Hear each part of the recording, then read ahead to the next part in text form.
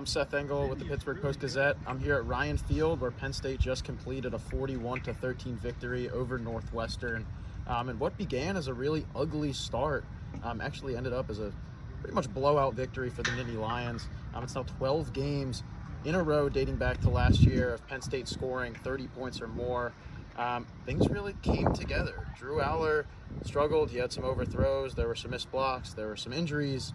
But ultimately, the defense, as it's done, pretty much every single game, they came together to kind of lead what was a blowout victory. Defense led by Zane Durant had 12 tackles for loss. That's a season high. And about 5 sacks as well. So it was a big day for the defense, as it's been for the past few weeks. Daquan Hardy added an interception as well. That's now 10 turnovers in the past 3 weeks for Penn State's defense, which really sparked an offense that was struggling. There were some moments of hope.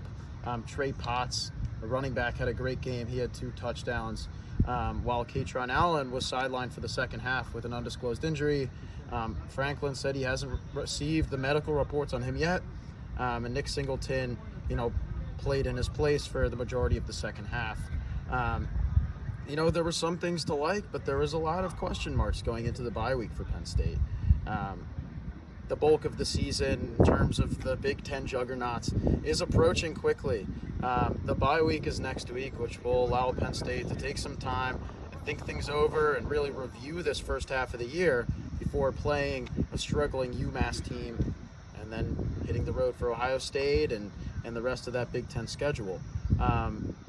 There are some question marks still at this Penn State team, but the bye week, Franklin, reiterated was more of an off week than a bye week. It's going to be a week that they look things over, not just for UMass, but for the teams for the rest of the year as well. Northwestern was a team Penn State should have pretty much destroyed from top to bottom, and that wasn't the case. Penn State, struggled, like I mentioned before. But ultimately, they leave with 41 points on the board, which says a lot about this offense. It says a lot about the team as a whole.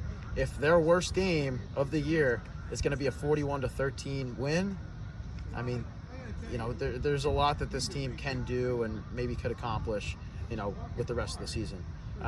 That's Seth Engle, Pittsburgh Post-Gazette. Thanks for tuning in. Thank you for checking out this content from Post-Gazette Sports. If you enjoyed the video, please like it and subscribe to our YouTube channel. Check out our Apple Podcast channel for more podcast content. Click below for a special deal of 99 cents for a 3-month subscription to the Pittsburgh Post-Gazette.